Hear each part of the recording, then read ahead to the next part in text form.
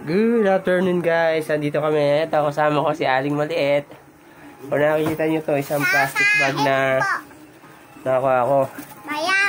Bali, hinarvest natin yung bunga dun sa ng guwapol natin. Medyo, ayun, buti na harvest tayo, medyo mga malalaki. Pero mostly yung ganito na siya, maliliit na.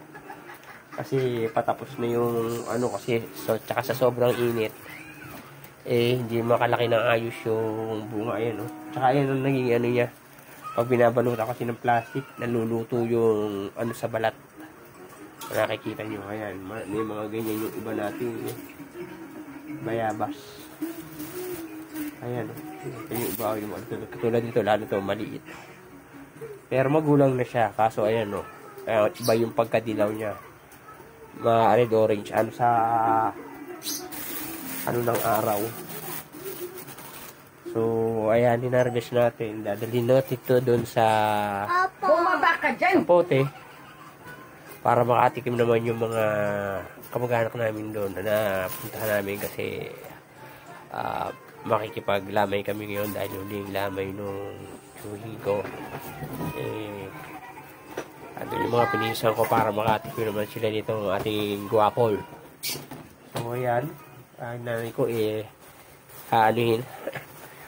papati-partihin para lahat makatikim naman, kasi may iba pa rin pagbibigyan doon na kamag-anak.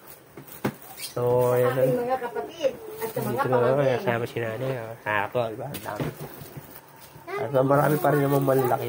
Ayan, kung nakikita nyo, ayan malalaki siya. Sila laki pa naman sana.